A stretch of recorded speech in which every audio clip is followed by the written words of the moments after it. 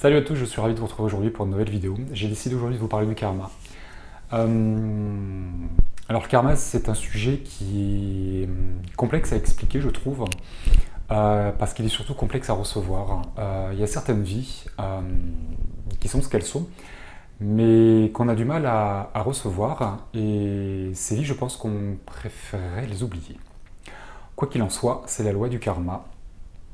L'âme, dans son parcours, vient expérimenter les choses, elle vient vivre les choses, elle vient goûter toutes les facettes de l'homme, les bonnes et surtout les moins bonnes, car c'est dans l'adversité qu'on va se dépasser, se surpasser, et que l'âme va pouvoir comprendre certaines choses. L'âme n'a pas d'ego, n'a pas de mental, c'est nous qui allons nous équiper d'un mental et d'un ego, un petit peu pour nous ralentir et nous poser certaines difficultés. Maintenant, l'âme, elle, n'a pas de mental, n'a pas d'ego, elle ne réfléchit pas, elle n'a pas de peur, elle n'a pas de doute. La seule manière qu'elle a de comprendre les choses, c'est de les vivre. C'est pour ça qu'elle décide de s'incarner. Et elle va expérimenter, je le disais, donc toutes les facettes de l'homme, les bonnes et surtout les moins bonnes. L'amour, la joie, le plaisir, le partage, l'abnégation, le don de soi, l'altruisme, des belles vertus qu'on va expérimenter en fin de cycle d'incarnation.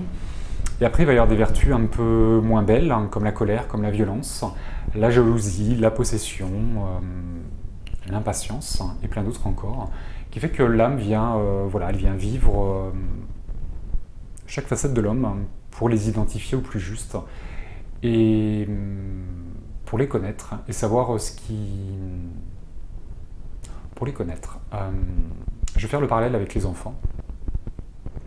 Les enfants, jusqu'à 6-7 ans, le moment où le mental et l'ego vont apparaître, les enfants sont innocents, insouciants, inconscients aussi parfois, et vont, tout comme l'âme en fait, vont tester, vont vouloir toucher certaines choses et expérimenter, faire leurs premières expériences. On va prendre l'exemple d'une bougie. Tous les enfants sont attirés par la lumière de la bougie, par la flamme de la bougie. Et tôt ou tard, il va vouloir toucher ce qui l'attire. Malgré le danger que représente une flamme, l'enfant va tôt ou tard toucher cette flamme et se brûler. Il va faire ses premières expériences, il va toucher la flamme, ce qui l'a attiré, et se brûler.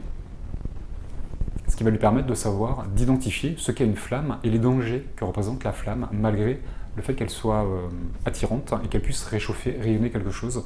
Il ne faut pas la toucher parce qu'elle brûle. L'enfant, dans son expérience, va savoir qu'il ne faut pas toucher la flamme et il y a peu de chances qu'il recommence derrière, parce qu'il sera brûlé. Maintenant, l'avantage de se brûler, c'est qu'il va goûter son contraire, le froid. Il va passer son doigt sous l'eau froide, une pommade, ou maman va faire un baiser magique, peu importe. Il va arriver à un apaisement, à une guérison. L'âme fait la même chose, elle vient expérimenter quelque chose et son contraire. Tout coexiste. Tout comme sur Terre, nous avons une droite, une gauche, le haut, le bas, l'endroit à l'envers, le côté pile, le côté face, le recto verso, le plein, le vide. La lumière, dès qu'on va allumer une lumière dans une pièce, l'ombre va apparaître automatiquement. Tout coexiste sur Terre, tout comme le bien et le mal. Ce sont des notions qui n'existent pas de l'autre côté, car elles coexistent l'une avec l'autre. C'est nous, sur Terre, qui allons émettre un jugement de valeur en disant que c'est bien ou que c'est mal. C'est l'ego qui va juger les autres. Alors on va se juger soi, mais on va également juger les autres et on va dire ce que tu fais c'est bien ou ce que tu fais c'est mal. C'est un jugement de valeur. Maintenant, pour porter un jugement de valeur, qu'il soit bien ou mal, on va forcément le comparer à autre chose. C'est bien ce que tu as fait, parce que moi j'y arrive pas. C'est mal ce que tu fais, parce que c'est pas comme ça qu'il faut faire. On va forcément comparer à autre chose. Le bien va faire opposition au mal. Le bien coexiste au mal. Et à l'inverse, tout coexiste. Ce ne sont que des notions que notre ego va mettre par jugement de valeur, pour valoriser quelqu'un ou le dévaloriser. Maintenant, de l'autre côté, le bien et le mal coexistent, ont une autre importance que nous, on peut leur donner. L'âme, je le disais, donc vient expérimenter, goûter les choses, et on va prendre l'exemple de la colère. L'âme va décider d'expérimenter la colère comme d'autres, Euh, et dans son plein d'incarnation, l'âme va choisir ses parents scrupuleusement, non pas parce que ce sont les parents les plus merveilleux, les plus géniaux, mais parce que ce sont les parents idéaux, car ce sont eux qui vont poser les jalons de ce que l'âme va travailler en premier. Donc si l'âme vient expérimenter la colère, il y a de grandes chances pour que l'âme se mette en colère en premier, après ses parents. Et comme le chemin d'incarnation est bien fait, toute sa vie, l'âme aura des circonstances, va rencontrer des personnes qui lui permettront de se mettre en colère. Maintenant, il ne faut pas que l'âme se dise « chouette, je suis venu expérimenter la colère, c'est pour ça que je me mets en colère, et c'est super ». Non, on vient expérimenter quelque chose et son contraire. Donc l'âme, dans son parcours de vie, va venir expérimenter la colère, mais surtout pour arriver à se calmer, un moment d'apaisement, de zénitude. Maintenant, c'est compliqué, puisque c'est quelque chose qu'elle ne sait pas faire, elle découvre la colère, et elle doit également arriver à se calmer. Elle doit se dépasser, se surpasser, pour partir de la colère à arriver au calme intérieur, à une paix intérieure, et à ne plus se mettre en colère. Donc bien évidemment, pour l'âme, c'est compliqué, parce que c'est quelque chose qu'elle ne sait pas faire et qu'elle découvre.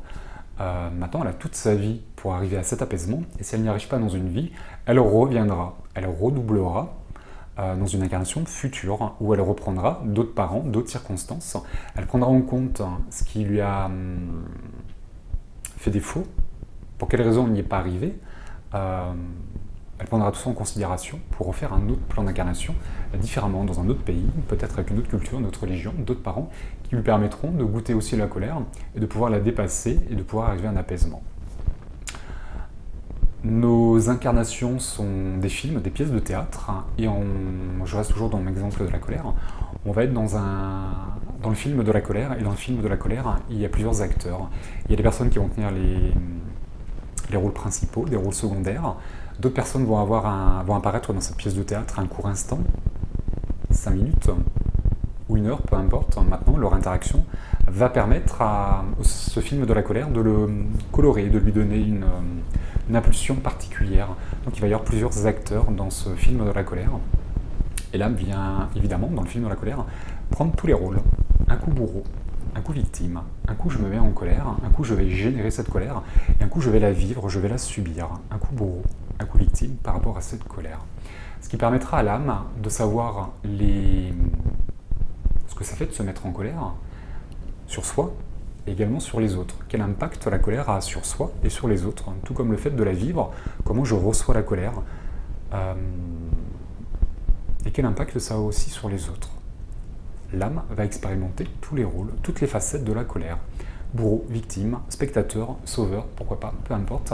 Elle va prendre tous les rôles, et une fois qu'elle aura goûté la colère, elle dira « Ok, c'est bon, la colère, j'ai compris, ça sert à rien de se mettre à colère, si ce n'est de faire du mal aux gens. » Par exemple.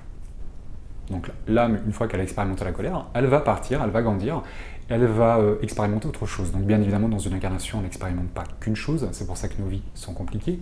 Surtout qu'en ce moment, tout s'accélère. Donc lorsque l'âme vient s'incarner sur Terre, elle a plusieurs objectifs, et elle vient expérimenter plusieurs choses à la fois.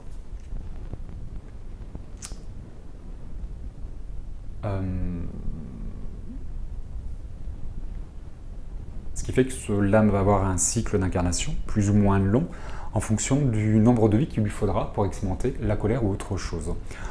On peut faire le parallèle avec le cycle scolaire que nous avons sur Terre. Il y a énormément de choses que nous vivons sur Terre qui peuvent faire le parallèle de ce qui se passe de l'autre côté.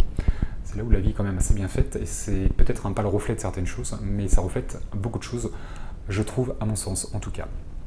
Prenez le cycle scolaire, on arrive à la maternelle, en primaire, au collège, au lycée, à la fac, dans un cycle plus ou moins long ensuite.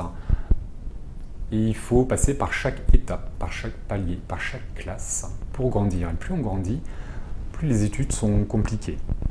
L'âme, c'est la même chose. Dans son cycle d'incarnation, elle commencera toujours par des choses faciles qui lui permettront ensuite de passer des paliers, des étapes supérieures qui lui permettront de faire face à des traits de caractère qui sont extrêmement compliqués, comme le pardon, l'abnégation, l'altruisme, ce genre de choses qui demandent beaucoup de ressources et de qualités assez nobles, je pense. L'intérêt pour l'âme, c'est d'évoluer dans son cycle et également de faire évoluer les autres. On n'avance pas seul, on avance ensemble. L'âme se laisse le temps de redoubler si elles le souhaitent.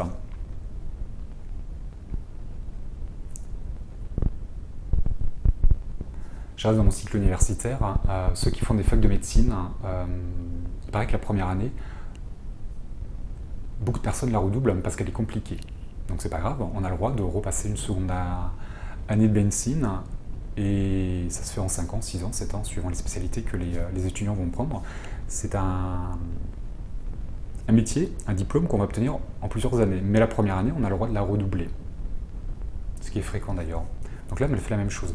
D'ailleurs, ces étudiants en fac de médecine, là, est-ce qu'ils redoublent la première année parce qu'elle est vraiment compliquée ou parce que tout le monde dit qu'elle est compliquée, que nombreuses personnes la redoublent? C'est intéressant de se poser la question d'ailleurs.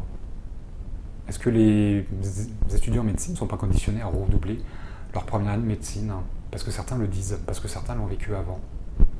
C'est intéressant ça. Est-ce qu'on n'est pas conditionné, influencé parce que les autres peuvent raconter, parce que les autres peuvent vivre? Mais c'est la vie des autres, c'est pas la nôtre. Est-ce qu'on a le même parcours? Est-ce qu'on a la même vie? Je sais pas, c'est ma réflexion. Ceci étant, je vous raconte le cycle de l'âme, car bien évidemment, ce cycle d'incarnation, ce sont nos vies antérieures, ce sont nos racines qui vont nous apporter nos ressources, qui vont nous alimenter aujourd'hui et qui vont déterminer notre incarnation actuelle. Ce qui va inévitablement générer ce qu'on appelle le karma. Le karma est un lien de causalité. Tout ce que vous allez vivre, tout ce que vous allez faire, tout ce que vous allez dire, et également ce que vous allez penser, aura un impact sur vous, sur votre cycle d'incarnation, en fonction des choses que vous allez faire, qu'elles soient plus ou moins bonnes, aura un effet sur vous, sur votre cycle d'incarnation. Est-ce que vous allez redoubler ou est-ce que vous allez passer dans la classe supérieure? Et également un effet sur les autres. C'est inévitable, c'est un lien de causalité. C'est pas moi qui l'invente, c'est la loi du karma, qui est universelle et absolue. Le karma va forcément avoir un impact sur les personnes qui sont autour de vous. Je reprends mon film de la colère. Pardon. Je reprends mon film de la colère avec tous nos acteurs. La personne qui vient expérimenter la colère va forcément la faire subir à d'autres. Il y aura aussi des spectateurs dans la colère. Donc il y aura un impact sur les autres. Tout comme lorsque l'âme vient être victime de la colère, il faut que quelqu'un vienne se mettre en colère après elle. Donc il y a toujours un impact sur les autres, dans ce qu'on va dire, dans ce qu'on va faire, mais également dans ce qu'on va penser. La pensée est créatrice de joie, de bonheur, de tristesse. Rien n'est plus fort que le pouvoir de l'intention. Certaines personnes de prime abord vont avoir des actes et des paroles extrêmement belles. On va dire waouh, quelle générosité, quel bel acte cet homme ou cette femme fait. Super. Maintenant, c'est quoi sa pensée? Qu'est-ce qui anime cet acte ou ces paroles à cette personne? Est-ce que c'est vraiment pour aider les autres? Est-ce que c'est vraiment un acte de générosité? Est-ce que derrière, il n'y a pas un intérêt personnel? Je ne sais pas. C'est là où la pensée, l'intention qu'on va mettre dans nos paroles et dans nos actes vont déterminer le karma. En apparence, certains ont des belles pensées, des belles paroles ou des beaux actes. Maintenant, l'intention qu'ils mettent dedans est tournée vers eux, par égoïsme, par manipulation, par perversion. Oh, t'es belle et magnifique, mais qu'est-ce que je t'aime, ma chérie. Mon Dieu, ce que t'es belle. Sauf que je ne pense pas du tout. Et j'ai juste besoin de quelque chose d'elle. Peut-être en train de lui pomper tout son fric, par exemple. Peu importe. Et la différence entre mes paroles, mes actes et mes pensées. Qu'est-ce qui m'anime? La pensée est elle aussi créatrice. Voilà le karma. Voilà comment il est créé par lien de causalité. Il n'y a pas de mauvais karma ou de karma qui est lourd, non, absolument pas. On vient équilibrer, épurer un karma en testant toutes les facettes d'une même scène, d'un même film. Un coup bourreau, un coup victime. Je génère la colère, je subis cette colère, ce qui me permettra de l'identifier au plus juste et d'équilibrer mon karma. Je me suis mis en colère après quelqu'un, je vais recevoir la colère de quelqu'un. C'est ce qu'on fait dans notre cycle d'incarnation, donc venir tout expérimenter. Maintenant, il y a ce redoublement qui fait aussi qu'on vient refaire quelque chose qu'on n'a pas réussi à faire. Ce qui expliquera, donc votre cycle d'incarnation, votre karma, va définir votre vie actuelle. Je le disais tout à l'heure, vos vies antérieures sont vos racines, ce sont elles qui vont vous alimenter de tout votre savoir, de toutes vos ressources. Tout ce que vous avez réussi à faire avant vont vous apporter des forces et des ressources qui vont permettre aujourd'hui de faire certaines choses. Tout comme ça va vous apporter des difficultés. Ce que vous n'avez pas réussi à faire avant, on va vous demander de le refaire aujourd'hui, dans votre incarnation, ou dans une incarnation future, peu importe. Il y aura toujours des choses à apprendre. D'où la complexité de la vie, nous sommes dans l'école de la vie. Puisque nous venons apprendre, c'est des choses que nous ne savons pas faire, que nous ne maîtrisons pas. C'est pour ça qu'on a des difficultés à s'apaiser, à lâcher prise ou autre. On n'a jamais fait, on ne sait pas faire, c'est ce qu'on est en train, ce que l'âme essaye de faire. Maintenant, tout est orchestré pour y arriver. Donc toutes ces vies antérieures vont déterminer qui vous êtes aujourd'hui. On va prendre l'exemple aujourd'hui dans votre vie actuelle que tout le monde a 40 ans, ce qui va symboliser à peu près la moitié d'une vie. Aujourd'hui, à 40 ans, vous êtes les hommes et les femmes que vous êtes grâce à ces 40 premières années. En fonction de ce que vous avez dépassé, en fonction de ce que vous avez réussi, de l'éducation que vous avez reçue, de votre cycle scolaire qui vous a permis d'avoir un travail, quel qu'il soit. Vous êtes marié, célibataire, vous avez des enfants, peu importe. Ces 40 premières années vous permettent d'être celui ou celle que vous êtes aujourd'hui. Tout comme à 20 ans, vos 20 premières années vous ont permis d'être l'homme et la femme que vous étiez à 20 ans. 10 ans de plus, à 30 ans, vous étiez quelqu'un d'autre. Vous avez changé, vous avez fait des nouvelles choses qui vous permettent d'être quelqu'un d'autre. Les vies antérieures, le karma, c'est exactement la même chose. C'est votre passé. La particularité, c'est qu'au moment de l'incarnation, on vient poser un voile sur votre âme, sur vous, qui fait qu'on oublie tout. C'est comme un disque vierge qu'on vient remplir au fur et à mesure. Mais les vies antérieures, c'est votre passé. Tout comme votre passé aujourd'hui vous permet d'être qui vous êtes aujourd'hui. Vos vies antérieures, votre karma, vous permet d'être celui ou celle que vous êtes aujourd'hui. La particularité, c'est qu'on n'en a aucun souvenir. Je pense qu'il vaut mieux, en tout cas pour moi qui ai une petite tête, une vie me suffit largement à démêler, à comprendre et à vivre. Si j'avais 3000 vies dans la tête, ce serait 3000 bonheurs, mais ce serait aussi 3000 malheurs, je pense. Et là, ma tête serait vraiment trop petite. Je pense qu'une vie me suffit largement. Voilà pour le karma, ces vies antérieures, et voilà pourquoi il est important de prendre en considération ce karma et ces vies antérieures. Qu'est-ce que vous savez faire et qu'est-ce que vous ne savez pas encore faire? Où en êtes-vous dans votre cycle d'incarnation, dans l'école de l'âme, dans l'école de la vie? Qu'est-ce que vous êtes venu apprendre? Maintenant, donc il y a un karma personnel, individuel, un karma familial. On n'arrive pas dans n'importe quelle famille. Je le disais tout à l'heure, on vient choisir nos parents. Maintenant, on va, dans ce karma familial, on vient toujours épurer et équilibrer un karma. Et on va parfois venir dans une famille et essayer de faire quelque chose que nos parents ou nos grands-parents n'ont pas réussi à faire. On vient couper quelque chose, ne pas reproduire le même schéma. C'est là où on parle de blessures transgénérationnelles liées aux éducations, aux croyances limitatives, héréditaires. Les religions, les cultures aussi, le milieu social dans lequel nous sommes va faire que ça va plus ou moins influencer notre incarnation. C'est pour ça qu'on choisit notre famille pour équilibrer, épurer également le karma familial. Et après, il y a un karma collectif. C'est tout ça qui va déterminer aujourd'hui votre incarnation actuelle. Maintenant, pour les flammes jumelles, il va y avoir un karma commun aux flammes jumelles. Alors, contrairement aux âmes sœurs qui vont... prenez l'exemple que vous ayez 3000 vies. Dans ces 3000 vies, les âmes sœurs, vous les avez côtoyées plusieurs fois, quasiment tout le temps. 2000, 2500 fois, peut-être 3000 vies aussi. On a plusieurs âmes sœurs, je vous le rappelle.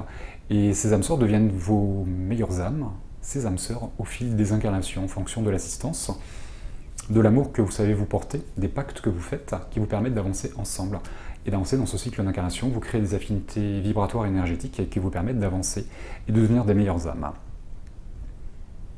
Maintenant, les flammes jumelles, on s'incarne ensemble. Alors déjà, il y a très peu de vie en commun, et on se retrouve en fin de cycle d'incarnation. Vu tout ce qu'on nous demande de dépasser aujourd'hui, il est évident qu'une jeune âme qui va se retrouver à la maternelle ou dans l'école de l'âme, elle aura beaucoup de difficultés à faire ce qu'une vieille âme qui va se retrouver en fac aura la possibilité de faire.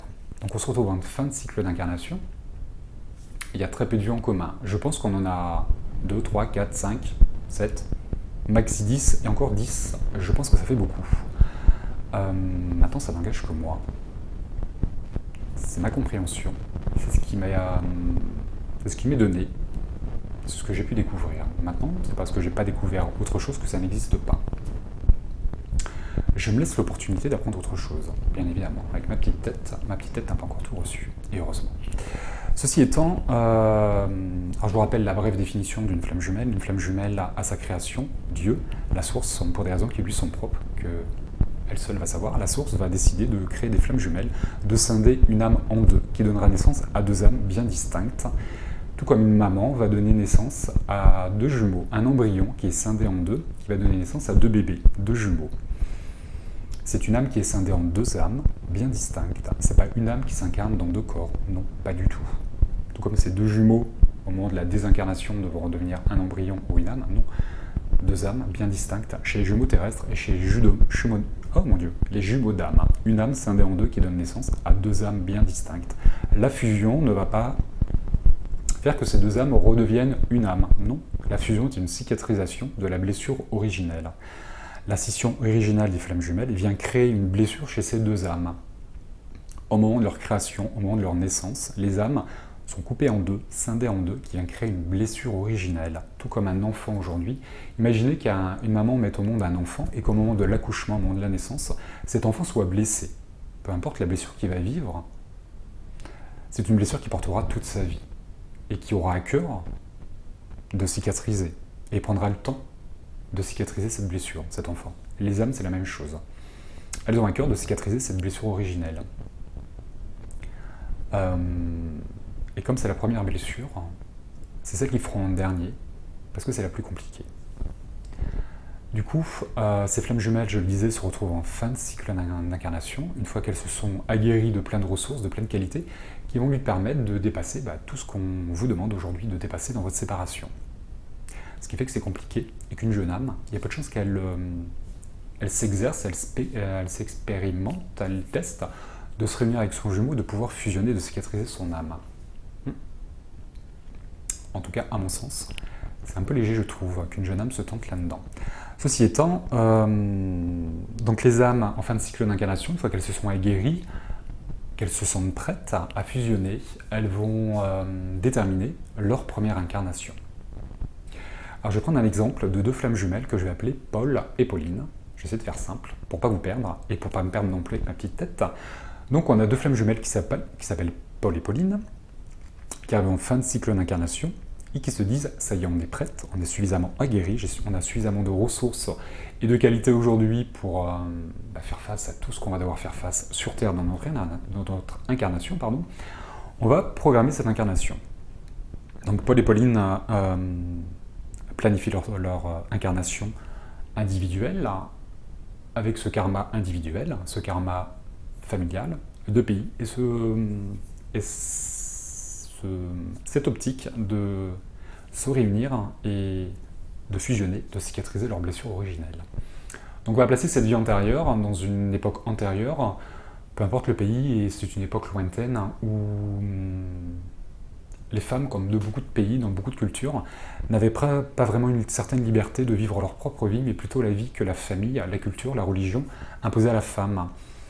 C'était les parents qui choisissaient le mari de leur épouse, tout comme les parents de l'homme choisissaient la femme, c'était quand même un accord. C'est les parents respectifs qui choisissaient le mari et la femme en fonction d'un milieu social, de ce que l'autre allait pouvoir apporter. Il fallait que les parents de la jeune fille apportent une dot, quelle dot je peux donner.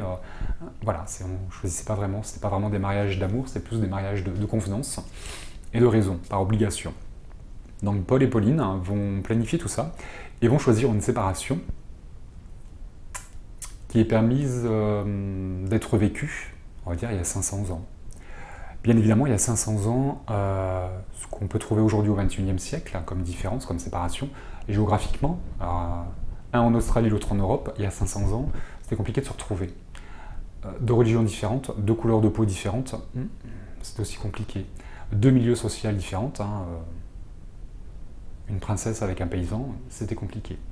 Maintenant, ils vont prendre en considération l'époque dans laquelle ils sont et le pays dans lequel ils vont s'incarner pour créer une séparation, des peurs, des doutes, des difficultés qui va leur permettre de faire grandir leur âme et de faire travailler la tolérance, l'acceptation, la liberté, de plein de choses pour pouvoir s'unir dans un amour inconditionnel. Donc Paul et Pauline vont s'incarner dans ces familles respectives, elles vont se reconnaître, il va y avoir une attraction, bien évidemment, que tout le monde va connaître, et après vont arriver le gros bordel, qui fait qu'elles vont avoir leurs difficultés, ces deux âmes, à pouvoir s'unir avec toutes les différences qu'elles auront choisies pour cette époque. Maintenant, Pauline, qui incarne le masculin sacré, ce côté j'ai envie, je veux m'unir à l'autre, et Paul qui incarne le féminin sacré, qui est plus de sagesse, plus de passivité, de lâcher prise, de foi, de patience, vont avoir leurs difficultés, et Pauline va avoir énormément de difficultés à se projeter dans une réunion avec Paul. Il y a trop de différences, et Pauline s'épuise. Elle a l'impression familiale. Elle est à bout de force, elle est à bout de souffle, et elle n'en peut plus, elle souffre énormément, et elle ne voit pas de finalité, elle se dit que c'est pas possible, Paul, elle ne pourra pas s'unir à Paul, c'est juste une histoire qui est perdue d'avance, mais elle est folle amoureuse de lui, elle ne se projette pas du tout de vivre avec un autre homme, pour elle ça la fait trop souffrir, et elle a énormément de mal à faire face à tout ça. Jusqu'au moment où ça va prendre des mois et des années, Pauline s'essouffle, elle est à bout de souffle, à bout de force, et par tristesse, par manque de force, par manque de foi peut-être, par manque de conviction, par manque de soutien, elle mettra un terme à son incarnation. Elle décidera, Pauline, de se suicider. C'est trop lourd, c'est trop pesant, elle n'y croit plus, elle lâche, et elle décide de partir. Alors il faut se replacer dans un contexte, il y a 500 ans, il n'y avait pas Internet, c'était compliqué. Quoi qu'il en soit, Pauline a fait ce qu'elle pouvait, et elle n'a pas pu. Elle est partie comme ça, donc elle part avec des blessures, avec des peurs, avec des doutes qui vont marquer son âme. Et Paul, en face, lui, va perdre sa femme jumelle, l'amour de sa vie, et devra faire un deuil, et sa vie continuera, peu importe sa vie. Je vais essayer de faire simple. Paul vivra sa vie, mais il y aura ce deuil à faire, et Pauline est morte à cause de moi, à cause de notre amour, à cause de la famille, de la religion. Qu'est-ce qui nous a séparés? À cause de toutes ces différences. Donc les deux se désincarnent tôt ou tard, se retrouvent de l'autre côté, vont penser leurs blessures et vont prévoir une seconde incarnation. Dans une époque différente, peut-être dans un pays différent aussi. L'évolution sur Terre fait que de l'autre côté, on fait en fonction de l'évolution sur Terre. Et Paul et Pauline, dans leur plan d'incarnation, donc dans cette seconde vie, vont planifier un nouveau chemin d'incarnation en prenant en considération ce qui leur a fait défaut dans la première incarnation. Pauline, tu as eu énormément de difficultés, tu as craqué, on peut la comprendre. On va faire en sorte que tu craques pas. Ok, super, ils prennent ça en considération. Sachant que Paul a déjà fait un deuil et qu'il a ça aussi à gérer de son côté. Ok, Paul va s'armer de certaines choses, va prévoir dans son incarnation, de se dire, ah, attention, t'es déjà morte une fois, on fait gaffe. Voilà. Donc Paul et Pauline s'incarnent dans une... peu importe le pays, peu importe l'époque, une fois de plus, on va imaginer que c'est un pays qui est en guerre. Et à cette époque, les hommes n'ont pas d'autre choix que d'aller au combat, de sauver la patrie, d'aller sauver et de se battre pour leur pays. C'est pas possible de déserter, les déserteurs sont prisonniers, sont exécutés, peu importe, mais il faut que Paul aille au combat. Et avant que Paul parte au combat, ils se retrouvent, ils se rencontrent, ils se reconnaissent.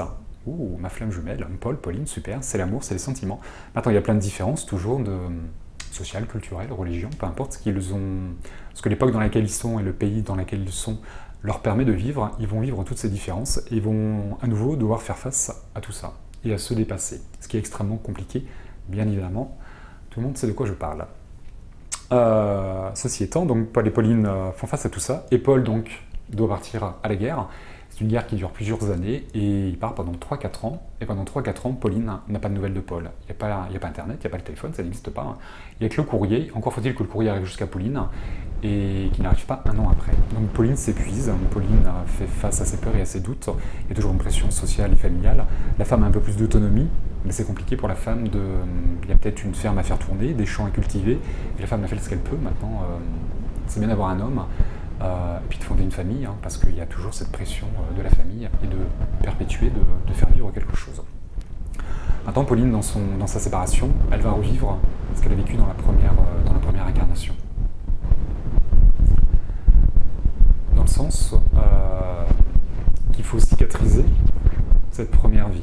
Ces deux protagonistes, où Pauline est morte et Paul a dû faire un deuil. Dans la seconde incarnation, Pauline, à un moment, va avoir un moment dans son incarnation où elle va avoir l'impression de mourir par amour, de mourir d'amour pour son bien-aimé qui est parti, qu'elle n'a pas de nouvelles, et elle a beaucoup de difficultés à faire face. Maintenant, elle va faire face, puisque l'âme a tout prévu. Elle va avoir cette difficulté, la difficulté va ressortir différemment pour qu'elle réussisse à faire face à ça. Et elle va envoyer une émotion, un sentiment, elle va dégager une énergie de libération, de cicatrisation sur son karma, qui va venir cicatriser la Pauline de la première vie. Tout comme Paul va avoir à un moment l'impression de perdre sa bien-aimée et un petit peu de revivre un deuil qui n'arrivera pas, pour envoyer une énergie lui aussi de libération, de cicatrisation sur le karma de Paul de la première vie. Et ensuite, leur vie continue. La particularité du karma des jumeaux, c'est qu'on revit toujours à l'identique les mêmes situations pour les libérer, pour les cicatriser. Il n'y a pas de un coup bourreau, un coup victime. On vient refaire ce qu'on n'a pas réussi à faire, cette fusion.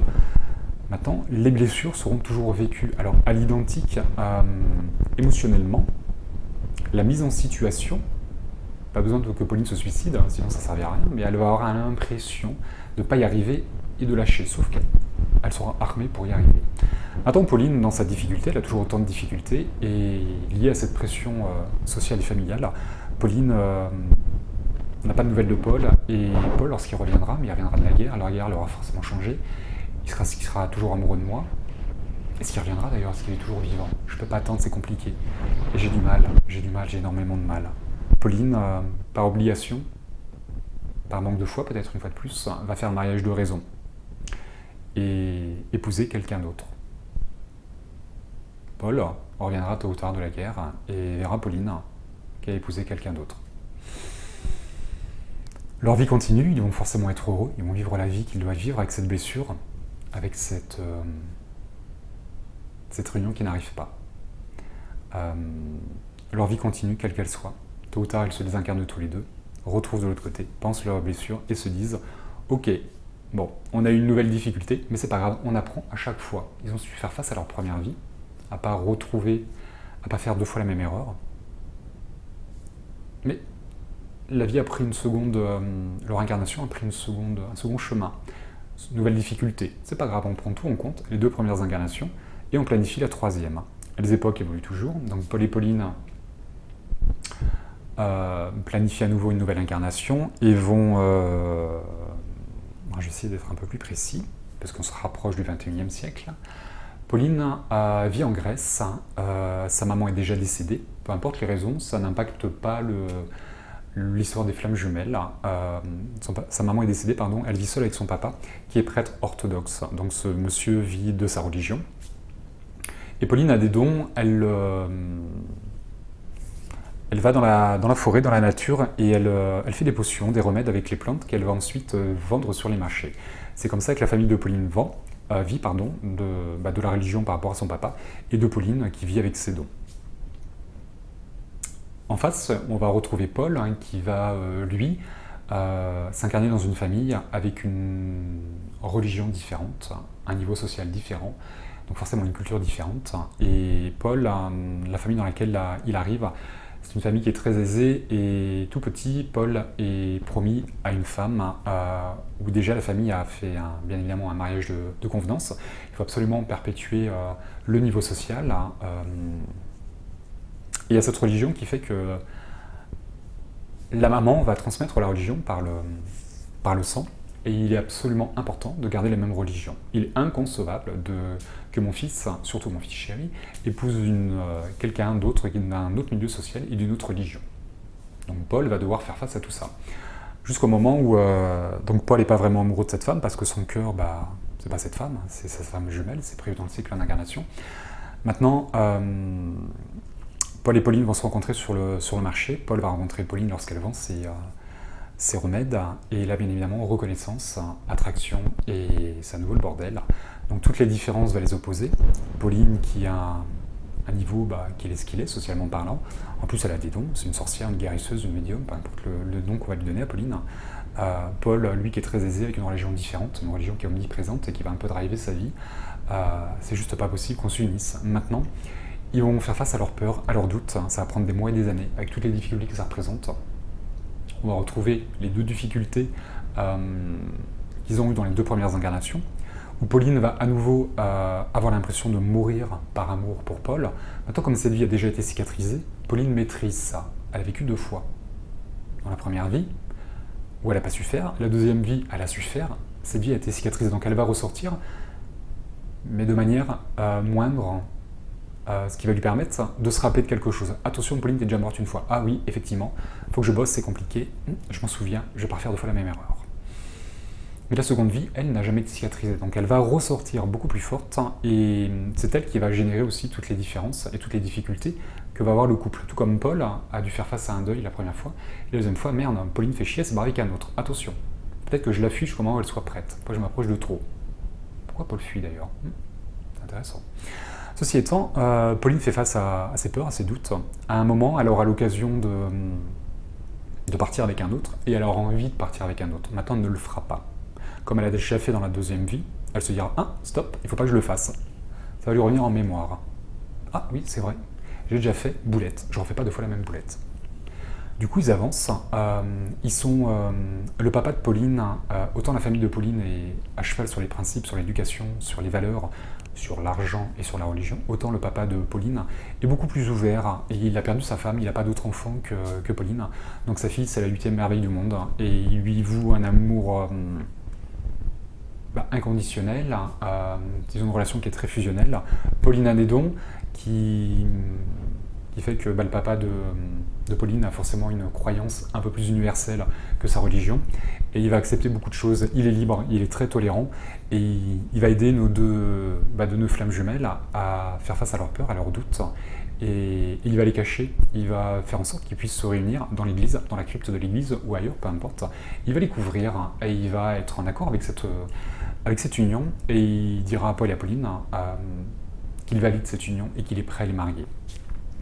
Donc, Paul et Pauline font face à leurs peurs, à leurs doutes. Ils arrivent à générer cet amour inconditionnel jusqu'au moment où Paul fait sa demande à Pauline, à genoux. « Veux-tu m'épouser, Pauline ?»« Oui, Paul, je veux t'épouser. » Et oui, à l'époque, la réunion, c'est dans le mariage. Le flirt, c'est à peine un bisou, mais il n'y a pas de sexe avant le mariage. On n'est pas au XXIe siècle, ça n'existe pas. Ceci étant, donc Paul va forcément présenter Pauline à sa famille. Et c'est là que ça va être à nouveau le bordel, malgré les efforts de Paul et Pauline. Donc Paul arrive dans sa famille en disant « Voilà, je vais épouser Pauline, peu importe vos choix, peu importe vos croyances, peu importe ce que vous allez me dire, je ne veux pas me marier avec la femme que vous avez choisie pour moi. Je veux me marier avec Pauline parce que je l'aime d'un amour inconditionnel. » Paul, par ses paroles, s'affranchit de sa parole, de sa famille, pardon, de sa religion, de son niveau social. Il renonce à tout, dans l'amour de sa bien-aimée. Ce qui va forcément créer un cataclysme dans la famille de Paul. Une certaine partie comprendra Paul et le soutiendra, mais d'autres, mais ce ne sera pas le cas de tout le monde. À cette époque, et comme dans beaucoup de religions, on va faire la fête avant le mariage, on va célébrer les fiançailles qui sera organisée par le papa de Pauline, et donc une partie de la famille de Paul assiste à la cérémonie, aux fiançailles. Maintenant, la maman de Paul, c'est elle qui le vivra le plus mal. C'est une femme qui est très égotique dans l'orgueil, qui ne veut absolument pas salir sa famille. Mon Dieu, quelle horreur, mon fils chéri, celui à qui j'ai tout donné va épouser une moins que rien. En plus, elle est sorcière, mais quelle horreur. Mais que va dire les autres? Elle n'est pas de la même religion que nous, mais c'est juste pas possible. Mes petits-enfants seront avec un B, je ne vais pas dire prononcer le mot, mais voilà, c'est juste pas possible. Ça la met dans une furie monstre. Elle essaye par tous les moyens de séparer Paul et Pauline, de faire entendre raison à son fils, mais non. Amour inconditionnel, Paul ne change pas d'avis. Je vous rappelle la définition simple et basique de l'amour inconditionnel, quelles que soient les conditions et les circonstances. Je t'aime. À ne pas confondre avec un amour sacrificiel. C'est pas la même chose, c'est un amour inconditionnel. Donc Paul, peu importe maman, ne te mets pas en colère. Je t'aime, mais je vais épouser Pauline. Voilà. Mais la maman de Paul ne l'entend pas de cette oreille et elle est dans une révolte intérieure, dans une rage telle qu'elle n'arrive pas à mettre un terme à cette union. Le seul moyen qu'elle trouve pour arrêter ce mariage, c'est de mettre un terme à l'incarnation de Pauline. Elle va empoisonner Pauline au moment des fiançailles. Donc c'est à nouveau le drame. Pauline va partir avec ses blessures, avec l'amour qu'elle porte pour Paul, et Paul devra à nouveau faire face à un deuil. se confronter avec sa famille. Peu importe la fin de l'incarnation de Paul, je me concentre sur cette histoire de flamme jumelle. Donc les deux âmes vont se désincarner tôt ou tard, vont penser leurs blessures de l'autre côté. Bien évidemment, l'acte de la maman de Paul n'est pas prévu. C'est un acte qui est répréhensible, qui est inconsidérable et qui devra être pardonné. Tôt ou tard, dans l'histoire de flamme jumelle, la notion de pardon interviendra. J'en parlerai dans une autre vidéo. Cette maman, par amour pour son fils, a commis l'irréparable. Un acte qu'il ne fallait pas faire. Maintenant, son libre arbitre a fait qu'elle a pété un câble et qu'elle a fait un acte irrépréhensible et atroce. Donc cette âme va porter quelque chose sur la conscience, et bien évidemment, lorsqu'elle va se désincarner, elle va aller en bas de l'échelle de la conscience, et il y aura un travail de rédemption. Paul et Pauline et tous les autres acteurs de cette pièce de théâtre devront pardonner à cette dame, et elle devra se pardonner. Travail de rédemption. Maintenant, Paul et Pauline vont se dire « Ok, troisième vie, nous étions arrivés. Maintenant, c'est la famille, c'est l'entourage qui nous a posé problème. On va planifier cette quatrième incarnation. » Ce qui est important dans le cycle de Paul et de Pauline, dans leur karma, dans le cycle d'incarnation, c'est qu'à chaque fois, ils progressent, à chaque fois, ils apprennent quelque chose, à chaque fois, ils se dépassent, se surpassent, et à chaque fois, ils se rapprochent de la réunion et de la fusion. Donc, c'est pas une vie pour rien, c'est une vie qui leur permet d'apprendre et de réajuster le tir derrière. Il faut comprendre que notre incarnation aujourd'hui, qui aura 100 ans peut-être, ne représente qu'une journée dans notre vie d'âme, dans notre vie d'âme, pardon. L'âme est intemporelle et éternelle. Si une incarnation est pas ce qu'elle devrait être, c'est pas grave, elle aura plein d'autres incarnations pour contrebalancer celle qui lui a fait défaut. Aujourd'hui, je reprends mon exemple de 40 ans, vous avez 40 ans, si vous avez loupé une journée, si une journée où on vous a fait mal, vous avez été triste, vous allez derrière faire en sorte de contrebalancer cette journée qui a été triste, de la cicatriser par d'autres belles journées. L'âme, c'est la même chose. Lorsqu'une incarnation n'est pas celle qu'elle aurait prévue, qu'elle ne se passe pas comme l'âme l'a prévu par rapport au libre arbitre de l'âme ou de quelqu'un d'autre, on va contrebalancer tout ça par d'autres journées, par d'autres vies. Donc Paul et Pauline se disent « Ok, c'est pas grave, on est là pour apprendre. On apprend de tout ce qui se passe et on va planifier notre quatrième incarnation. » C'est là où on arrive au XXIe siècle, dans l'époque dans laquelle nous sommes, et où les différences sont différentes. Géographiquement, on peut s'éloigner, il y a l'avion, il y a le bateau qui fait qu'il y a Internet, on peut Skype ou d'autres, on va pouvoir communiquer à distance. La différence d'âge, 10 ans, 20 ans, 30 ans, c'est acceptable, c'est tolérable. L'homosexualité, il y a 500 ans, il y a 30 ans déjà c'était compliqué, il y a 500 ans c'était juste pas pensable. Deux personnes de couleurs différentes, c'est pareil, aujourd'hui on peut. Les religions différentes, ça pose encore problème chez certains, toutes ces différences, mais c'est quand même... Les hommes et les femmes que nous sommes aujourd'hui au XXIe siècle ont quand même beaucoup évolué, qui fait que ces différences, on va les retrouver, elles vont poser plus ou moins de difficultés suivant les familles, suivant les personnes, mais on est capable de les dépasser, c'est beaucoup plus acceptable, tolérable, qu'il y a 500 ans. Donc Paul et Pauline vont planifier leur quatrième incarnation au XXIe siècle, avec toutes ces différences, cette séparation qui va leur permettre de vivre leur séparation. Il y a 500 ans, on ne pouvait pas se mettre en couple, se séparer pour reprendre derrière. Aujourd'hui, au XXIe siècle, on peut faire ça. Maintenant, Paul et Pauline, dans leur plan d'incarnation, vont prendre en compte les 3 premières vies, pour se dire, attention à ce qui nous a posé problème, on ne va pas faire la même chose. On ne fait pas 2 fois la même boulette. Donc de leur plan d'incarnation, Paul et Pauline vont prévoir des différences, des choses qui vont les opposer, mais pour réussir à la réunion. Maintenant, comme dans la dernière vie, c'est la famille qui les a séparés, Paul et Pauline le prennent en considération. Et Paul et Pauline, au XXIe siècle, vont choisir la séparation, qui fait que, un peu comme avant, en fait, ils vont se rencontrer, ils vont rentrer dans un jeu de séduction, on s'attire, mais l'histoire ne prend pas. Ce jeu d'aimant, je parle souvent dans mes vidéos. L'histoire ne prend pas, on n'est pas prêt, on est en couple, peu importe. Voilà. Qui fait que Paul et Pauline vont faire face à leurs peurs et à leurs doutes, vont grandir, vont revivre ce qu'ils avaient déjà su faire dans la troisième vie, avec plus d'aisance, parce qu'ils l'ont déjà fait. Maintenant, ils vont faire travailler leurs familles respectives. Attention à maman, attention à papa, attention aux cultures, aux religions, au niveau social, à la médiumnité, si on la retrouve dans cette dernière incarnation, pour pas que ça crée des différences, et on fait travailler nos familles dans la tolérance. Tôt ou tard, l'amour inconditionnel des flammes jumelles devient universel. Ça commencera par la famille, les personnes les plus proches. Donc ils vont faire travailler leurs familles respectives dans la tolérance. Ils vont retrouver les 3 vies, les 3 vies vont ressortir. C'est là où le karma commun des flammes jumelles est atypique, c'est qu'à chaque fois, ils vont revivre à l'identique ce qui a déjà été vécu en termes d'émotion, en termes de souffrance, de douleur. Alors c'est pas pour nous faire souffrir, c'est pour dire attention, rappelle-toi ce que tu as déjà vécu, rappelle-toi ce qui t'a déjà fait défaut, rappelle-toi ce que à côté de quoi tu es passé. Ah oui, c'est vrai, je suis déjà morte une fois, j'ai pas su faire face. Dans mon sac, là, dans mes qualités, dans mes ressources, je vais faire ce qu'il faut pour me rappeler de tout ça et surtout pas craquer. La deuxième fois, attention Pauline, hein, t'es parti avec un autre. Ah oui, c'est vrai, merde. Faut pas que je refasse la même chose. Ok, je me suis dans mon sac, ça. Donc, Pauline va revivre un moment l'impression qu'elle va mourir. Mais elle l'a déjà vécu 3 fois, dans les 3 premières vies. Donc là, ça va ressortir. Elle va à nouveau dégager quelque chose, une impression. Oh, je meurs d'amour pour toi. Non, elle ne meurt pas, mais c'est une impression. Elle y fait face. Alors aussi l'envie et l'occasion de partir avec un autre. Mais ce sera subtil, suffisamment pour qu'elle se rappelle de quelque chose, et je ne le fais pas.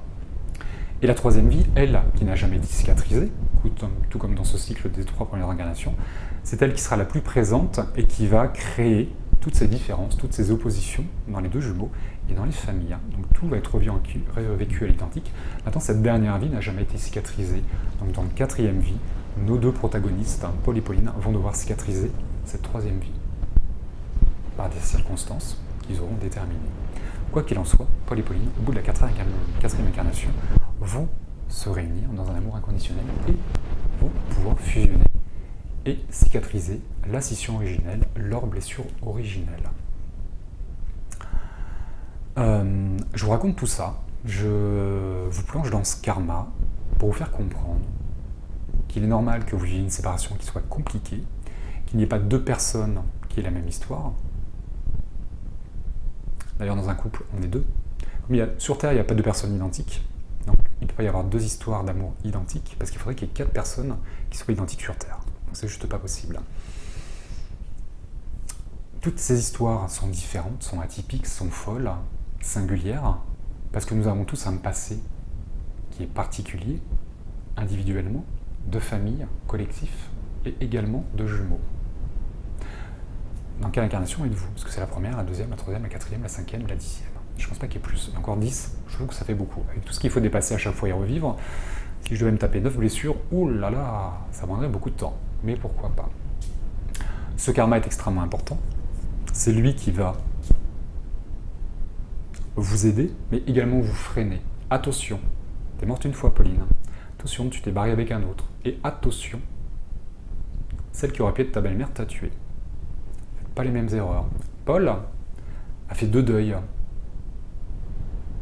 Et la seule fois où il fait pas de deuil, Pauline se barre avec un autre. Fais chier, Pauline. Il est où ton amour inconditionnel? T'es vraiment pas prête, hein? Oui, pardon, Paul.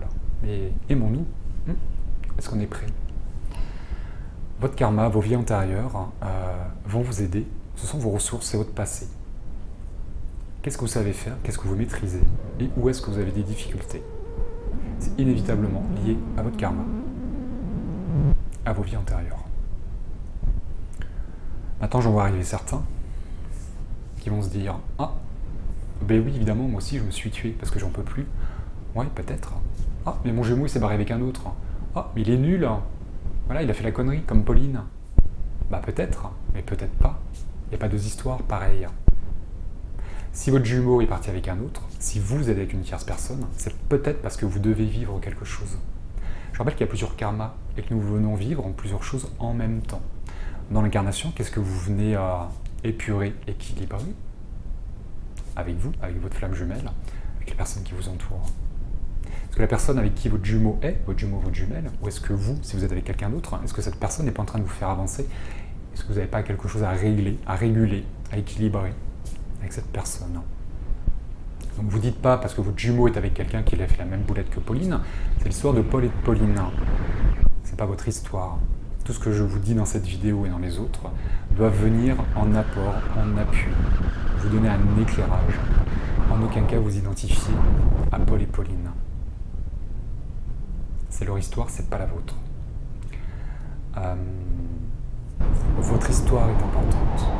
Votre connaissance de votre propre histoire est importante et pas celle des autres. Ne fantasmez pas les histoires des autres. La connaissance, elle n'est pas importante en soi, si vous n'en faites rien. Qu'est-ce que la connaissance d'une vidéo, d'un bouquin, d'un texte, de la vie vous apporte? Qu'est-ce que vous faites de la connaissance que vous recevez? Elle doit vous permettre de vous affranchir de quelque chose, d'avancer, de cicatriser quelque chose, de libérer quelque chose, de vous libérer. C'est là qu'elle est importante, la connaissance. Si mes vidéos vous parlent, c'est chouette. Si elles ne vous parlent pas, c'est chouette aussi. Que ça n'est pas en contradiction avec la vôtre, avec votre histoire, et en apport, un éclairage différent. Ne vous identifiez pas à Paul et à Pauline. Je vous vois arriver certains. Non, ce n'est pas votre histoire. Il peut y avoir des similitudes, oh oui, mais ça ne restera que des similitudes. Attends, ne vous dites pas non plus, chouette, je vais partir dans mon karma, je vais aller chercher mes vies antérieures pour régler mes problèmes d'aujourd'hui. Non, ça ne fonctionne pas comme ça. Votre incarnation actuelle est la plus importante. C'est aujourd'hui que tout se joue. C'est dans le moment présent que vous allez cicatriser votre passé, de votre incarnation actuelle, mais de votre karma. Inutile de plonger dans vos vies antérieures pour les ramener, elles ne viendront pas. C'est elles qui viendront à vous au moment où vous êtes capable de dépasser ce que vous devez dépasser, comprendre ce que vous devez comprendre. Donc, inutile d'aller chercher, vous ne les trouverez pas. Et en plus, ce serait prendre quelque chose trop tôt, vous ne sauriez pas quoi en faire, donc ça ne sert à rien. Laissez-les venir à vous. Maintenant, c'est dans votre moment présent que vous allez créer votre vie. L'instant présent est créateur. Il va vous permettre de comprendre votre passé, de le cicatriser et de créer votre avenir. Restez dans votre moment présent. Votre incarnation actuelle est la plus importante. Qu'est-ce que vous êtes en train de vivre aujourd'hui? Identifiez ce que vous vivez aujourd'hui. Dépassez-le. Libérez-vous. Vous allez libérer votre karma. Vous allez envoyer des énergies de libération, de cicatrisation sur votre karma. Rappelez-vous que le karma est un lien de causalité. Je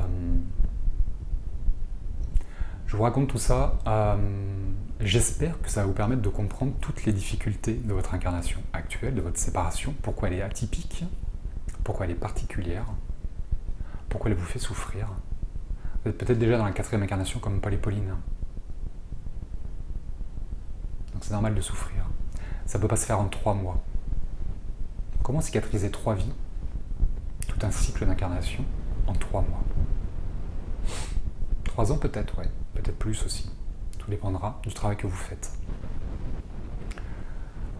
Si je tenais aussi à vous faire cette vidéo, au-delà de l'importance du karma, qui, j'insiste, vous apporte vos ressources, vos qualités, qu'est-ce que vous avez su faire avant, et qu'est-ce que vous ne savez pas encore faire, qu'est-ce que vous êtes en train d'apprendre, en train de dépasser.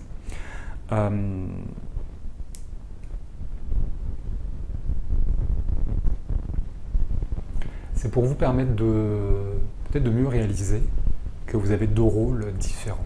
Paul et Pauline, là, ont vécu exactement les mêmes choses, ont été dans le même film, mais à des rôles différents. Pauline est morte 2 fois, donc Paul a dû faire 2 deuils différents. Et la seule fois où Pauline ne meurt pas, elle se barre avec un autre. La même scène, ils ne portent pas les mêmes blessures, parce qu'ils n'ont pas vécu du même côté. Donc bien évidemment, aujourd'hui dans la 4e incarnation, Paul et Pauline vont réagir différemment parce qu'ils ne dépassent pas, ils ne cicatrisent pas les mêmes choses, malgré le karma commun des flammes jumelles.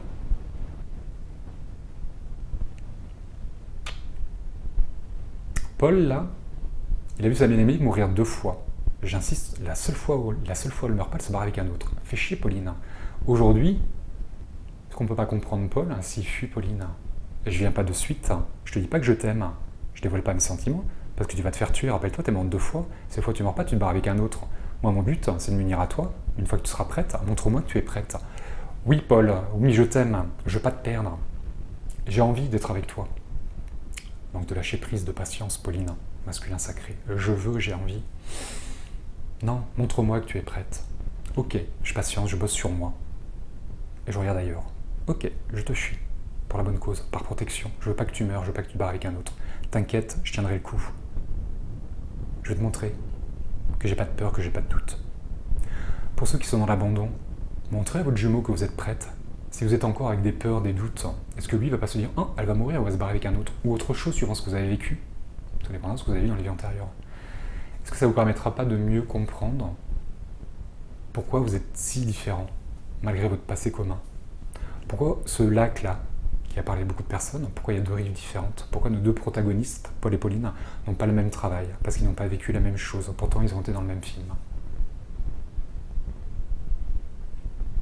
Également pour vous faire comprendre que la réunion, peut-être qu'elle ne se fait pas en une seule vie. Tout comme Paul et Pauline vont mettre 4 vies pour arriver à se réunir et à fusionner ensuite. Cette fac de médecine là, une maîtrise, un master, ça se fait en plusieurs années. Est-ce que la réunion se ferait pas en plusieurs vies, en plusieurs années aussi? Est-ce que nos deux protagonistes, Paul et Pauline, ont échoué quelque chose ou est-ce qu'ils ont été préparés à réussir? Est-ce que la réunion, la fusion, se fait pas en 3, 4, 5 ou 10 vies, cette vie? Dans quelle incarnation êtes-vous? J'aurai toujours un discours positif et je vous encouragerai à aller jusqu'au bout, parce que c'est dans ma personnalité, c'est dans ma façon d'être, lié à ma médiumnité et à mes qualités d'homme, et mes défauts aussi. Où en êtes-vous dans votre cycle d'incarnation? Où en êtes-vous dans votre histoire? Je ne peux pas vous dire de lâcher, c'est pas possible. Tout simplement parce que la réunion, elle est forcément au bout de quelque chose, et que si vous n'êtes pas dans votre 4e vie, comme Paul et Pauline, pour la réunion, c'est que vous êtes en train d'apprendre quelque chose, donc allez jusqu'au bout de votre apprentissage, pour ne pas redoubler, mais pour passer dans la classe supérieure, et arriver au moment où il y a la réunion. Maintenant, je vous rassure, aujourd'hui au XXIe siècle, avec la Terre qui bascule dans la 5e dimension, cette recrudescence de reconnaissance de flammes jumelles fait que vous êtes dans la meilleure période, dans la meilleure incarnation, pour vous réunir, parce que vous êtes là aussi pour sauver la planète, tous les sauveurs, et par votre réunion, par votre fusion, et pas par le travail que vous allez faire. Ça, c'est votre ego qui va vouloir sauver la planète. Je rappelle que dans le travail de flammes jumelles, l'ego et le mental, il faut les pacifier. Alors, j'espère que j'ai rien oublié. Ça me paraît pas mal, là.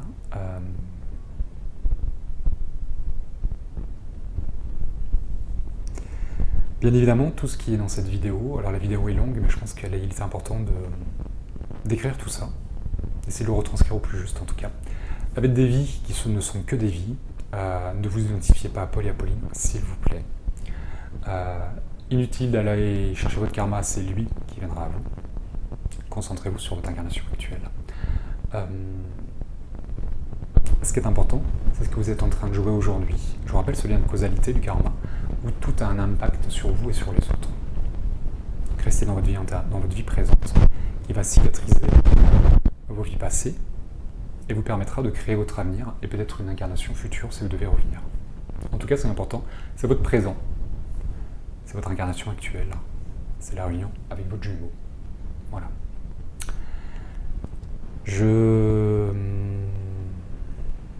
Ah oui. Je vous ferai très prochainement une vidéo sur l'allié des flammes jumelles. J'en ai déjà parlé à certains endroits de l'allié. Certaines flammes jumelles ont un allié dans leur incarnation pour les aider dans ce parcours, dans ces vols histoires. Et peut-être qu'on retrouvera le papa de Pauline, ce prêtre orthodoxe qui a tout fait pour aider Paul et Pauline à la réunion. Peut-être que dans la 4e incarnation, on retrouvera Paul et Pauline. Et peut-être que d'ailleurs ce monsieur, ce prêtre orthodoxe, était déjà présent dans la 1re incarnation. Mais je vous en parlerai dans une autre vidéo. Voilà, je vous embrasse bien fort, je vous dis à très bientôt pour une prochaine vidéo. Et d'ici là, prenez soin de vous.